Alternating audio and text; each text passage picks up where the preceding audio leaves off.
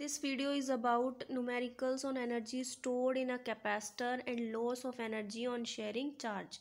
So first question is, a 12 picofarad capacitor is connected to a 50 volt battery. ये क्या दे दिया picofarad, charge capacitance of the capacitor, और 50 volt ये क्या दे दिया पोटेंशियल.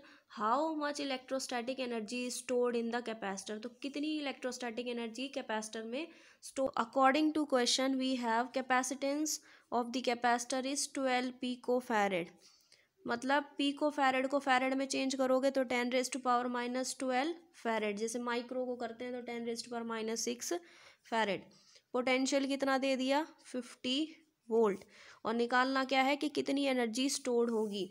तो एनर्जी के तीन फॉर्मूले थे, हाफ CV², हाफ QV और Q²/2C. तो क्वेश्चन के अकॉर्डिंग हमारे पास चार्ज नहीं है. चार्ज नहीं है तो ये दोनों फॉर्मूले तो लगेंगे नहीं, इस वाले फॉर्मूले को अप्लाई करेंगे. तो potential energy is equals to half CV². Half capacitance कितना दे दिया 12 × 10⁻⁻12 फैरेड मल्टीप्लाई बाई पोटेंशियल 50 × 50. तो कितना आंसर आ जाएगा 1.5 × 10⁻⁻8 जूल, अगर इसको सॉल्व करेंगे तो. Next question is question number 2. A 600 picofarad capacitor is charged. This is capacitance of a capacitor by a 200 volt. This is potential. It is then disconnected from the supply and is connected to another uncharged जिसकी capacitance है 600 picofarad. तो how much electrostatic energy is lost in the process. तो इस process में पूरा कितनी energy का loss होगा. तो according to question we have C1 is equals to C2 is equals to 600 picofarad. और इसको फैरेड में चेंज करेंगे तो 600 × 10⁻⁻12 फैरेड -12 फैरेड हो गया. पोटेंशियल हमें दे दिया V1 200 वोल्ट और V2 कितना है हमारे पास 0.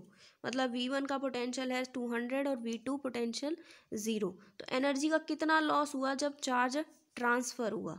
तो लॉस ऑफ एनर्जी का जो एक्सप्रेशन किया था वहाँ से फॉर्मूला हमारे पास आया C1 C2 V1 माइनस में V2 अपॉन में 2C1 प्लस में C2. इन सारी वैल्यूज़ को पुट कर दे. C1 की वैल्यू 6 × 10⁻⁻10 इंटू 6 × 10⁻10 -10 इसलिए किया है क्योंकि ये 600 था. तो इसको सॉल्व करेंगे तो 10⁻10 ही बचेगा. तो V1 की वैल्यू 200 - 0 अपॉन में 2 C1 C2 की वैल्यू पुट कर देंगे -10 + 6 × 10⁻10. तो इसको सॉल्व करेंगे तो answer is 6 × 10⁻6 joule. C1 C2 को इसीलिए लिया है इसमें 600 पिकोफैरेड क्योंकि दोनों कैपेसिटर को हमने बाद में डिस्कनेक्ट कर दिया और डिस्कनेक्ट करने के बाद फिर दूसरे अनचार्ज कैपेसिटर से जोड़ा है जिसका 600 पिकोफैरेड है.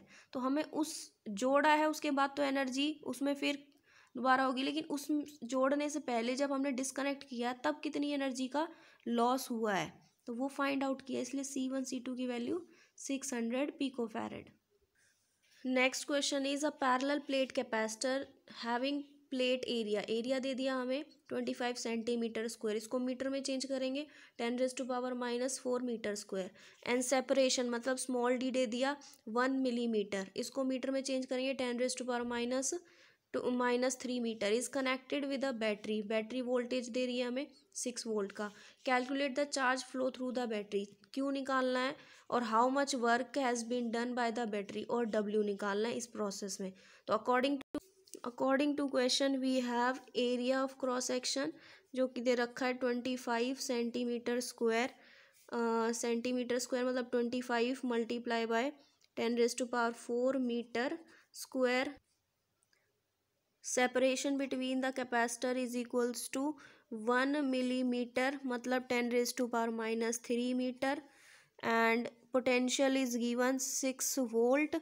तो चार्ज हमें निकालना है. Charge is equals to CV और Q is equals to CV, लेकिन C की वैल्यू कितनी आई थी बिटवीन द हमने कैपेसिटर के लिए निकाला था, तो एप्सिलॉन नॉट ए अपॉन में D, where A is the area cross section, D is the separation. तो यह आ जाएगा epsilon naught A by D into V. इन सब की वैल्यू पुट कर दो, 8.85 into 10⁻⁻12 multiply by 25, 10⁻⁻4 multiply by 6 upon में 10⁻⁻3। इसको सॉल्व करेंगे तो 1.33 इंटू 10⁻⁻10 कूलम आएगा चार्ज। और वर्क डन क्या होता है, work done is equals to potential multiply by charge, potential multiply by charge, क्योंकि पोटेंशियल क्या होता है, amount of work done in bringing a unit positive charge from infinity to a particular point.